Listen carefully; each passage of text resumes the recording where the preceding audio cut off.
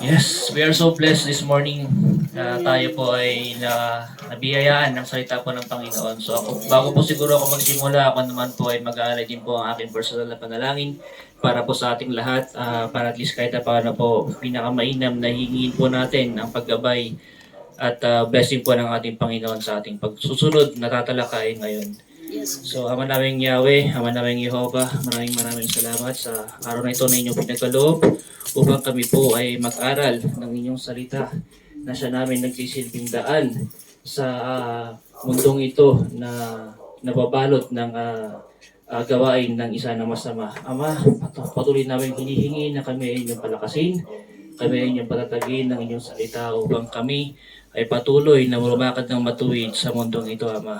Pinagpapasalamat din namin ang buhay ng aming kapatid na si Brother Fidel sa kanyang pag-share ng inyong salita ngayong araw at sa lahat po ng aming mga kasama, mga sisters na nandito, mga kapatid.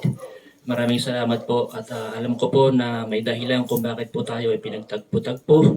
Bagamat magkakaiba man ang ating paniniwala, pero ako po ay naniniwala na tayo po ay pare-pareho ginagamit na instrumento ng ating Panginoon upang tayo po ay palakasin ang ating pananampalataya, ang ating pisikal na kalusugan, at tayo din ay patuloy na mag-share ng ating patotoo upang maging blessing, maging kalakasan din po sa iba. Ako po ay personal na naniniwala na ang final stage ng kalakasan ay yung gamitin mo ang inyong personal na experience upang magbahagi ng blessing, magbahagi ng kalakasan din sa inyong kapwa. Ito po ay aming inihiling sa ngalan ng inyong bugtong anak na Jesucristo. Amen.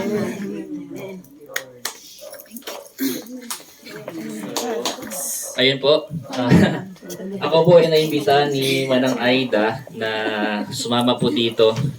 So it's a blessing din naman po na tayo po ay nakapag-usap, nabahagyan ng pagsalita ng Diyos. So ako rin naman po ay nagpapatotoo na dinididik ko rin po yung aking oras upang mag-aral din po ng salita ng Diyos, salita ng Biblia. So yun po kasi dapat yung pinakamahalaga na ating kailangan na huwag kalimutan na isabuhay yung ating pong aralin yung salita ng Panginoong Jesus, ng Panginoong Diyos. So ako po, nandito po sa inyong harapan para po ibahagi sa inyo ang isang produkto po na nasubukan din namin at talagang ito po ay nakatulong. At ako po naniniwala na yung mga dasal po kasi namin dati ay dinidinig po ng Panginoon. So, kaya ko rin po habang ako pinag-aaralan ko rin po yung Biblia, nagbabasa rin po kasi ako, doon ko lang na-realize na oo nga, mula po nung dumating si Panginoong Jesus, siya po ay nagkatawang tao upang tubusin ang ating kasalanan. Tama nga po, nakaka-relate po ako sa turo ni Brother Fidel, doon sa 10 utos na ginawa na lang po niyang dalawa. At kung tutusin po, yung 2 utos po na yun, na ibigin mo ang inyong Diyos, okay, ng buong puso, at yung ibigin mo rin yung iyong kapwa ng katulad ng iyong pag-ibig sa iyong sarili, doon pa lang po, yung 10 utos, nakapaloob na po doon sa 2. Amen. Hindi na po natin kailangang isa-isain yung 10 utos na yun. Kasi kung susundan po natin yung 2 utos na yun, nakapaloob na po lahat doon. So lahat po ng mga nandoon, lahat ng ating gagawin, talagang matuwid. Wala po tayong gagawin na ikakasama ng or ikakalungkot ng ating Panginoon. At ang ating, wala rin tayong gagawin na ikakasama ng ating kapwa. So, nung ako po ay nananalangin sa ospital, ako rin po ay pataimtim na humihingi ng kalakasan sa Panginoon before sa ating Abang Jehovah, sa ating Abang Yahweh, because yung sitwasyon po ng aking asawa, katulad ng nakikita rin ng iba, kasi kung nakasubaybay po kayo doon sa aming istorya ng buhay ng aking asawa, nakikita na po na hopeless, parang inaantay na lang po talaga niya yung kanyang oras. So, bagamat doon ko rin naramdaman yung biyaya ng ating Panginoon kasi marami siyang taong ginamit. So that time na kulang kami financially, marami po ang nag-donate. Maraming nag-conduct ng mga concert for a cause, mga ganun po, mga raffle for a cause, na yun po yung nagpatibay lalo sa amin na sa kabila ng hirap ng aming pinagdadaanan, merong Diyos na gagawa ng paraan upang kami po ay tulungan.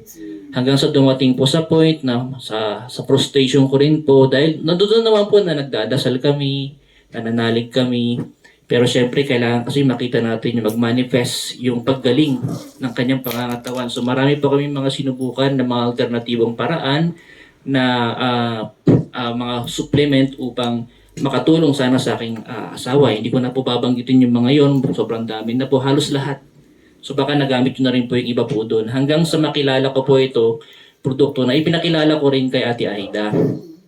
And yung kung narinig niyo po yung kanyang patotoo kanina, sobrang hindi lang po kasi siya, marami na rin dito sa Baguio. So sa aking asawa po kasi, kapag ka-dialysis patient ka, marami kang komplikasyon. So isa po mga komplikasyon ng dialysis, so hindi po sila, hirap sila makatulog, hirap sila makakain, lagi silang nag-chills. So lagi rin po silang prone sa infection. Prone din po sila kasi controlled po yung kanilang pag-inom ng tubig, hindi po sila dapat uminom ng marami. Kaya nga po yung kanilang katawan ay talagang natutuyot, nangingitim yung kanilang mga balat.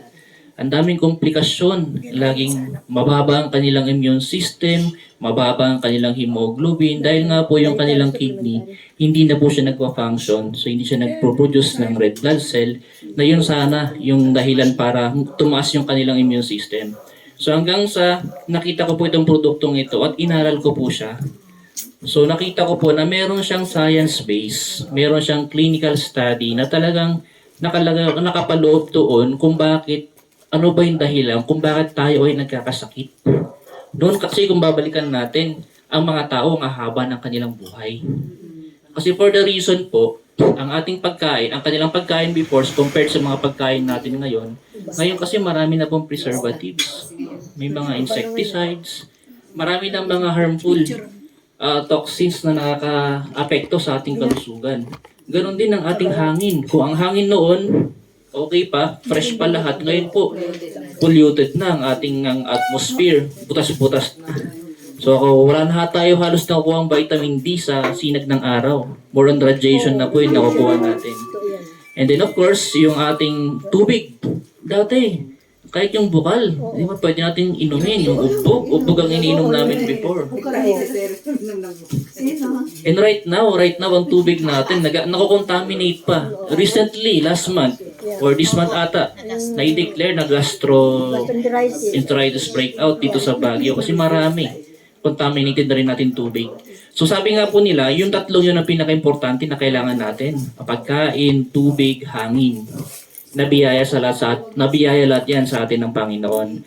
Pero meron pong pang-apat na pinaka-importante na dito po papasok ang siyensya. Okay po? Kasi hindi po kasi natin ito masyadong maintindihan kung wala pong mga eksperto na magbabahagi ng kanilang kaalaman, dahil sigurado po ako, ginamit din po sila ng ating Panginoon upang mas may ihayag sa atin kung paano natin iintindihin kung bakit ba tayo nagkakasakit, para at least kahit paano po, alam natin kung paano natin pangalagaan ang ating sarili, ang ating kalusugan. Kasi nainiwala po ako ng ating katawan ay templo nga po ng Holy Spirit. So dapat lahat ng pinapasok natin dito, ingatan natin. Kasi ano mang ipasok natin dito na magdudulot ng ikakasama ng ating katawan, in the long run, isasuffer din po natin yon. So dito po, ang gumawa po na ito is si Dr. Robert Keller. So he is a triple board certified doctor. So oncology po siya, hematology, and onco-hematology and immunology. So lahat po ng kanyang pag-aaral, yung kanyang field of studies talaga, nakasentro sa ating sistema ng ating katawan, sa ating mga organs, sa ating mga tissues ng ating katawan. Kasi yung nakikita natin, physical lamang po ito eh. Pero sa loob, meron po tayong tinatawag na organs. And sa high school pa lang po, kahit sa elementary, tinuturo na po ito, the basic unit of our human body or our life is cell. We are made of cells, billions of cells. And yung cellular health natin, nagre-reflect din yan doon sa physical na pangangatawan natin. If your cell is healthy, definitely, ang lalabas sa iyong pangatawan is healthy. Malakas ka. Pero kapag ikaw nangihina, ibig sabihin, there's something wrong with your cell. At ang pinakakalaban ng cell ay ang mga free radicals, mga toxins, mga pollutants, even at malaki ang naging parte dito. Sabi ko nga, kung nabanggit ko yung tatlo kanina, malaki ang naging parte dito ng mga kinakain natin. Ang lifestyle natin, lalo kung kayo pa ay mahilig magpuyat. Okay po? So ang pinaka-importante po kasi na para mag-regenerate. Tama po kayo, sister. Tulog po ang pinaka-importante para mag-regenerate or mag-repair ang ating mga cells.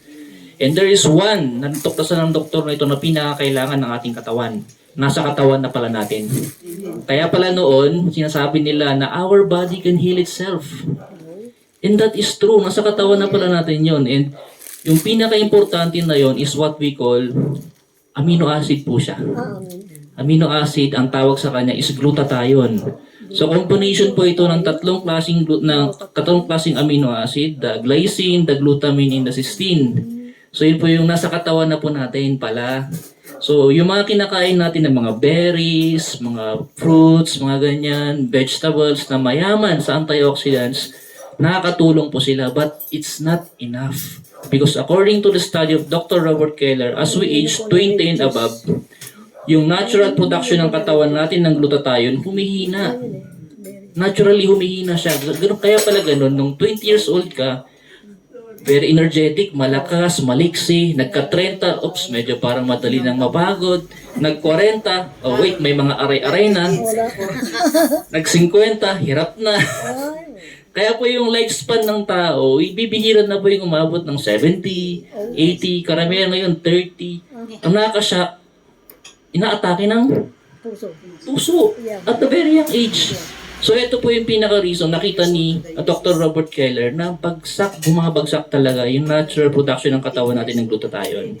And according to his studies also, nalaman na ang mga taong may mga sakit, nakita niya sa kanyang studies na bagsak yung production ng katawan mo, sobrang baba ng kanilang glutathione level sa katawan.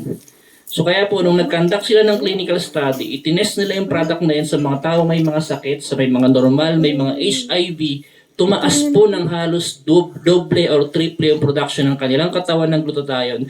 Doon na po nag-start na nagpakita ng pagbabago, ng paglakas, ng paggaling. So nung nakita ko po yung study na yun, hindi po ako nagpadalawang isip na ipasubok sa aking asawa, and true enough, doon ko po talaga nakita yung sinasabi ni Sister Aida kanina na yung sa linggo pa lang, na uminom ng produkto, yung kanyang problema matagal, ang dami na niyang napuntahan ng mga hilot, mga doktor na gumastos ng malaki, nawala. And even yung kanyang pamangkin na tinaningan ng doktor, lumakas ng ospital, lumakas. So sobrang nakakalaking blessing po yun kasi nangyari po talaga sa amin. And sabi ko ron, nakita ko ito, han ko nga mabaling nga ibukod tayo ito, hindi ka po ako. Hindi ko pwedeng han ko nga mabaling nga iimot. Kailangan i-share ko to. Yes po, kailangan namin siyang i-share. Kasi ako naniniwala ko that the final stage of healing is yung gamitin mo mismo yung nangyari sa iyong kagalingan upang mag-share din ng kagalingan sa ibang tao. And I believe even Jesus Christ, yun po yung gusto niyang gawin natin. Kasi nga po siya, nabanggit ka po ni Brother Fidel kanina, na nag-serve siya sa atin. Yun po yung kanyang purpose, is to serve, to heal. Yung magbahagi ng salita ng Ama. Serve. Yes. Share. Tapos kanina, yung spend quality time. Spend time din. I believe this is a quality time kasi ginagamit ako ng Ama para makapag-share ng kaalaman kung paano natin matutulungan yung ating kalusugan, yung ating katawan. Kasi kailangan po talaga natin pag-aralan kung bakit. Bakit nga ba tayo nagkakasakit? Pinaka-importante talaga yung ating faith sa Panginoon. Pero nasa atin pa rin po yung gawa kung paano po natin i-maintain or lalong papalakasin yung ating pangangatawan at ating spiritual. So, yung pinakalakas is yung share. Share. Just like Sister Aida did. So, nag-research siya, tapos narinig niya, pumunta ka agad, nag-spend siya ng time para pag-aralan, nag-spend din siya ng money para bumili ng product, at shinare niya ito sa kanyang family members. And true enough, nangyari nga yung kagalingan. And maybe that's the reason also kung bakit din tayo pinagtagpo dito. Baka meron po sa inyo ang mayroong pinagdadaanan sa kanilang kalusugan or mga mahal sa buhay na may pinagdadaanan. Ito po siguro ang rason kung bakit, sa rason kung bakit din tayo nagkita-kita para at least kahit paano po may bahagi namin ito sa inyo. Kasi kung nangyari po sa amin, hindi po malayo mangyari din po sa inyo. Because we only have one body. And sabi ko nga po, basic unit of life, cell. Lahat tayo may cell. Kaso nga lang, dahil nga lahat tayo may cell, meron ding cancer cell. Nabanggit kanina ni Brother Fidel na yung stress, sobrang stress, mag-lead yan ng anxiety. That is true. And if you will research more about glutathione, napakalaking tulong niya sa ating mental health. Totoo yun. Napakalaking tulong nito sa ating mental health. So, pwede ba yan yung mga glutathione na binibili? Yung pampaputi? Pwede ba yun? Hindi po. Iba po yun. Ito po kasi, hindi ito glutathione. Pero ang ginagawa po niya, tinutulungan niya yung katawan natin na mag-produce. Kasi nasa katawan na po natin yung glutathione. Ginagawa na po ng Meron katawan tayong sila natin tayo sa yan. katawan. Ang problema nga lang po, pag edad na tayo ng 20 pataas, bumababa siya 10 to 15% every decade. Depende pa yan sa lifestyle, sabi ko nga. So, ang ginagawa lamang nito, binabalik niya. Pinapalakas niya yung dating production ng katawan natin ng glutathione para magkaroon tayo ng antioxidant. And antioxidant is very important in our body kasi bakit sila po yung lumalaban ng mga free radicals, ng mga toxins na ipapasok mula sa ating mga iniinom, kinakain, nilalanghap ng mga pollution. So, yun po yung ganun ka-importante ang antioxidant. Pangalawa, binapataas po niya ang ating immune system. Okay? Kasi po, ang ating immune system, sila po yung lumalaban. Sila yung ating natural defense against foreign invaders like mga viruses, like mga bacteria, mga ganyan. Yung po yung trabaho ng ating immune system. And ang ginagawa pa niya, dinidetox po niya yung ating katawan. So kapag kayo po uminom na ito, maaring ang sintomas na pwede yung maramdaman, pwede kayong mag-diarrhea. So ilalabas ng katawan mo muna yung mga kailangan niyang ilabas, kailangan niya linisin. Pwede ka rin yung lagi ka nagpapawis, pwede ka lagi kang inaantok. Kasi sabi ko nga po, ang cell repair nangyayari lamang yan kapag tulog ka. Walang cell repair na nangyayari during pag tayo ay may ginagawa or meron tayong activity. Yes po, Manang. Katulad yan, ako hindi pinapawisan. Ano yun? Normal lang naman po yung pagpapawis. Actually, kailangan po natin yun. Ay! Challenge ko po. I-challenge ko po kayo. Meron din akong taong kilalang ganyan. Hindi talaga siya nagpapawis kahit anong gawin niya. Pero mula nung siya gumamit, Bihira lang konti, pero dito sa Baguio, dito nakatira, kahit anong balinto mong trabaho, wala ko talaga akong pawis. pero mula nung siya gumamit, na yun, nagpapawisan siya. Even my wife, yung asawa ko po, hindi siya pinapawisan. Pero ngayon po, kasi ang isang natural way, share ko lang po baka pwede makatulong sa anak nyo. Isang natural way para sa mga nagdadialysis, para hindi sila mag-accumulate ng tubig sa kanilang katawan. Lalo na, hindi kasi pwedeng kontrolin kasi kailangan pa rin ng katawan natin ng tubig. The problem is, hindi na kasi sila nakakaihi. Ang tanong ko po, nakakaihi pa po ba yung anak nyo? Hindi na rin. Okay.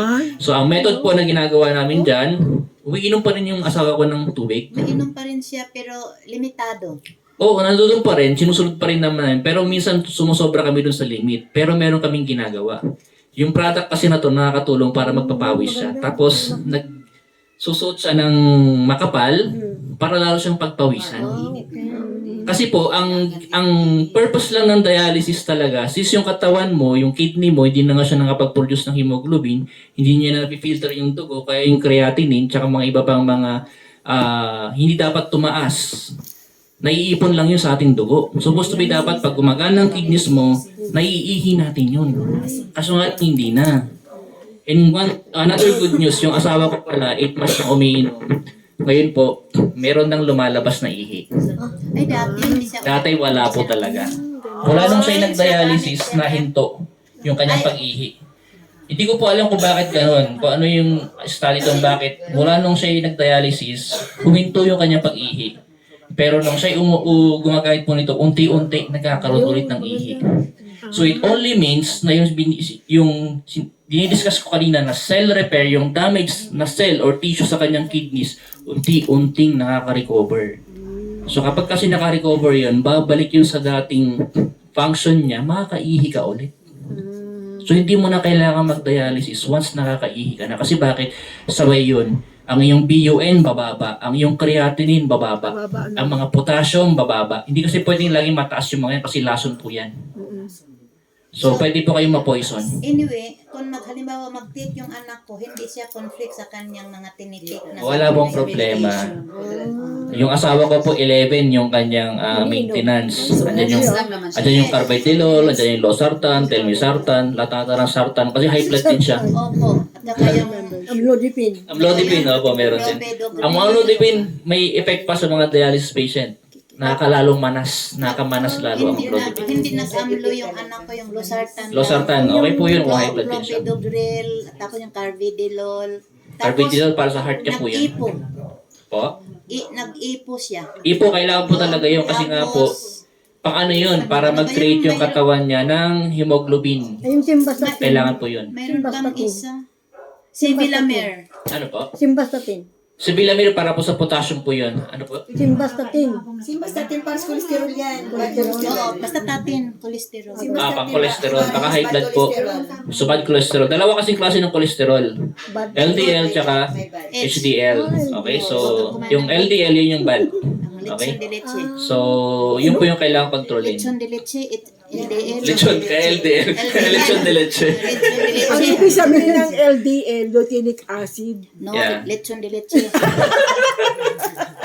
Kaya sa buhat pag narinig yun ng LDL, alam nyo na, kailangan nyo iwasan yan. Oh, bad. Dapat hindi yung tumaas. Ay, Brad, halimbawa ako diabetic, may maintenance ako, okay lang din. Yes po. Again, ulitin ko po. Herbal Ulitin kasi. ko po yung sinabi ko kanina, yung katawan natin kasi talagang cell ang ating buhay.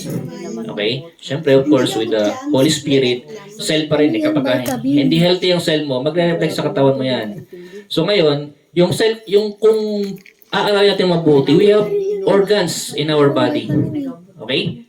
Marami tayong iba't ibang organ. Skin organ, heart, kidney, lungs, ano pa ba yung kanina yung ibang nabanggit? So, liver. Liver. Okay? So, lahat po yun related. Kailangan po nila si glutathione. So, sa madaling salita, si Max GXL, hindi lang siya pang kidney patient. Okay. Para po siya sa lahat. Para sa high blood, para sa diabetes, sa lahat ng problema natin ng katawan. Kasi nga po, lahat ng ating organs, lahat ng ating tissues, dependent sila na dapat healthy lagi yung cell. Yun nga po yung ginagawa ng ating produkto. Even hormonal imbalance, hindi may dysmenorrhea, hindi makaanak, Pwede. problema na mag-asawa, masusolusyonan po na ito. Yun po yung ginagawa ng produktong ito. Kaya kumbaga parang ito, kaya ito tinutulad ng mga pharmaceutical company kasi solusyon na ito sa lahat ng klase ng sakit. Kasi kapag nalaman ng tao na may produkto palang ganyan, di ba pag may sakit ka, kunwari may high blood, diabetes, iba-ibang gamot eh. Iba para sa high blood, iba para sa All diabetes. in one, Brad. Ito halos lahat. Solusyon sa lahat. So, halimbawa, pag nag-take ako niyan, ako lang muna ha. Sige. Pwede kong bitiwan na yung aking maintenance, Wag wag muna. po, wag po. Kasi supplement Doktor to lamang eh. po ang pwedeng magsabi niyan. Magsasabi, Okay? So, ang tip ko po sa inyo, inumin niyo yung maintenance nyo, inumin niyo ito, magpa-laboratory kayo, tapos magpa-check up kayo. Ngayon, pag nakita ng doktor na bumaba, yung mga kailangan bumaba, siya ang magtatanggal ng maintenance. Sasabihin niya, ay, hindi mo na kailangan to. Normal na tong ito mo, normal na itong ang cholesterol mo, normal na yung sugar mo, normal na yung creatinine mo, hindi mo na kailangan yung gamot na yan. Doctor, Tanggalin natin. Opo. So, ang tip ko po sa inyo, mag-laboratory muna kayo. Bakit? Para po meron tayong basihan.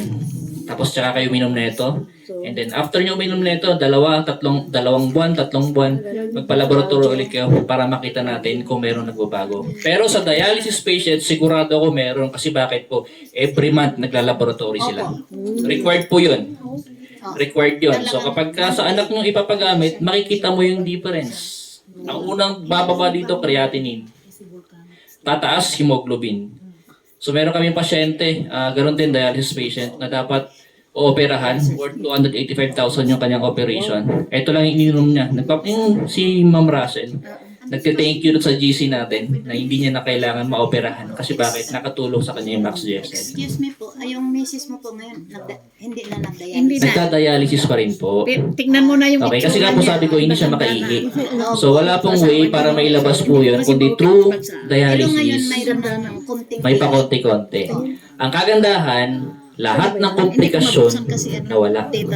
So yung dating nahihilo during dialysis, nag-chills during dialysis, even yung bigla siyang hinimatay during dialysis, marami kasi.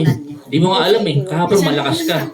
Tapos kinawamagahan, habang nakuha ka ng dialysis, oras mo na pala. May mga nangyayaring ganun sa dialysis patient. Ano siya, mag-oxygen siya kahit itigil yung pag-dialysis niya dahil na-oxygen siya, i-oxygen siya.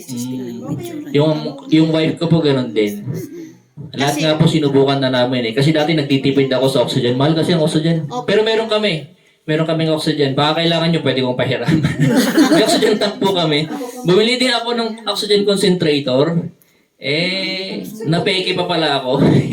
Okay. Mahal-mahal. Hindi po lang talaga totoong oxygen yung ginagawa niya. Okay lang naman po, Brad, kasi nangyari yung pag-oxygen sa kanya dahil yung Christmas, kasi 3 times siya mag-dialysis. Opo. Nung Friday nag-dialysis siya. Tapos nung Saturday, Sunday, Monday, and that was Christmas yung Monday. So, walang dialysis ng Tuesday. So, Wednesday pa. From Okay. Friday to Wednesday, nag-bloat na po siya Opo, dito. naipunan. Nag-bloat. Naipunan siya ng toxin. May pagkain. Tapos na-oxygen siya sa session niya. Yun, ganun ang nangyari. Pero bihira yun lang. Dahil nga, 4 days hindi siya napakapag-dialysis. Opo. So, naipunan po siya. Naipunan siya ng toxin sa katawan. So, yung nga po ka-importante kung bakit kailangan silang i-dialysis para ilabas yung mga toxin po na yun. Yes. So, ang kagandahan nga sa produkto natin, sabi ko, malaki ang maitutulong po sa anak ninyo. So, right now, hindi ko po may di-discuss lahat. Bibigyan ko lang po kayo ng idea. Pero kapag nasubukan nyo na po ito at gusto nyo pang aralin, there's a proper venue for us to present deeper knowledge. Opo, para po dyan. Okay, so ngayon po, I just want to take the opportunity para i-share lang po sa inyo, at least masubukan po ninyo. Pag masubukan po ninyo, makita nyo yung difference, at least alam nyo na nag-e-effect na po yung product. So, aralin natin kung paano, gamitin natin sa sarili natin, pag naramdaman natin yung epekto sa atin, tsaka natin i-share sa ating mga mahal sa buhay. Kasi for me, bago mo i-share yan, kailangan masubukan mo muna. Ask ko lang, hematology. Hematology, oncology, and immunology. Yung gumawa niya. Opo. Kasi nagtrabaho ako sa chemotherapy. Hema-onco nurse kasi ako sa UST. Kaya alam ko, nung narinig ko yung sinasabi mo na hema-onco, alam niya. Yes po. Kasi sa mga yung mga leukemia, mga ganyan, mga pasyente namin, mga cancer, hema-onco nurse nga ako, kaya alam ko. Kaya maganda siya, kasi Yes. gumawa niyan, hema-onco. Ibig Naiintindihan sabihin, niya. guarantee, naiintindihan ko. So, pwede nyo i-search. Yung kanyang pangalan is Dr. Robert Keller. Siya mo na sa akin. So, yun yung kanyang pangalan para at least. At dalawa silang doktor. Max GXL. Tapos yung isa naman si Dr. Herbert Nagasawa. Nag-asawa. Japanese Japanese doctor. Alam naman anak ko. Kala naman yung ganyan, Brad? Okay. So, ako sa price naman po, yung price ng isang ganito is 1,300 SRP. And then po, if one box ang bibilin po ninyo, that's 4,200. I understand. Same lang ba sila? Ilan ang naman nila? Apat na ganito yung laman po ng isang box. Okay. Apat naman ito. For 1 month. Pero kung titignan nyo po, I understand yung mahal. Good for one. Pero para sa akin, to be honest, kapag kalusugan natin yung pinag-uusapan natin, wala pong ibang mas mahal. Kasi we only have one body and we have to take good care of it. Yun, yung ganyan, isang 1 month. Hindi. Ito po yung bawal. Apat na ganito yung ito. Ay, pakita mo. Ito, Ilang capsules ito? itong box na to, apat ang laman. Apat na galon ng laman. Magkano to? Ang pag-inom po kasi nito, 3 beses sa umaga, 3 beses sa hapon, pagkatapos po kumain. So, breakfast and lunch. Magkano to? Pag ito. 4,200 po yan. Ilang tablet in every day. 3 sa umaga, 3 po sa lunch. Opo, pagkatapos nyo kumain. So, wala na po sa dinner.